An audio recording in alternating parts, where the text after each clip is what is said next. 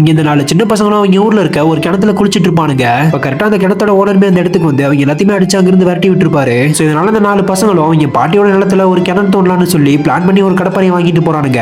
அடுத்த நாள் காலையில அவனோட பாட்டியை வீட்டுக்குள்ள வச்சு பூட்டிட்டு இவங்க 4 பேரும் கிணறு தோண்டிட்டு இருக்கானுங்க. ஆக்சுவலா அந்த பாட்டியோட பொண்ணு தண்ணியில அடிச்சிட்டு போனனால அவங்க பேரனுக்கும் அந்த கண்டம் இருக்குன்னு சொல்லி அவங்க இடத்துல கிணறு தோண்ட வேணாம்னு சொல்லியிருப்பாங்க. இவங்க கிணறு தோண்டிட்டு இருக்கும்போது அந்த பாட்டியோட பேரை குடிக்கிறதுக்காக தண்ணி எடுக்க வருவான். அந்த பாட்டியோட குச்சி கீழே கிடக்கிறத பார்த்துட்டு அந்த பையனுமே அவங்க பாட்டியை எழுப்பி பாக்குறான். பார்த்தா அந்த பாட்டி அசையாம படுத்திருக்காங்க.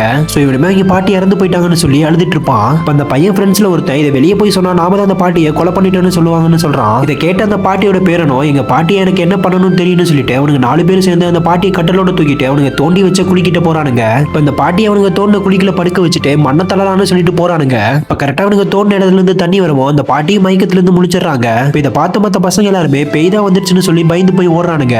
ஆனா அந்த பாட்டியோட பேரை மட்டும் தான் பாட்டி திரும்ப வந்துட்டாங்கன்னு சொல்லி வேகமா ஓடி போய் அவங்களை கட்டி பிடிச்சுக்கிறான். சோ இதனால அந்த பாட்டியும் தான் பேர கிணத்து மேல இவ்வளவு ஆசைப்படுறான்னு சொல்லிட்டு அவன் ஆசைப்பட்ட மாதிரியே ஒரு கிணறையுமே வெட்டி கொடுத்துறாங்க. இந்த மூவியோட பார்ட் 1 பார்க்கணும்னு நினைக்கிறவங்க கீழே இருக்க ப்ளே பட்டனை தொட்டு மறக்காம பாத்துருங்க. அப்படியே உங்களோட பாட்டி உங்களுக்கு ரொம்ப பிடிக்கும்னா மறக்காம அவங்க பேரை கமெண்ட்ல சொல்லிருங்க.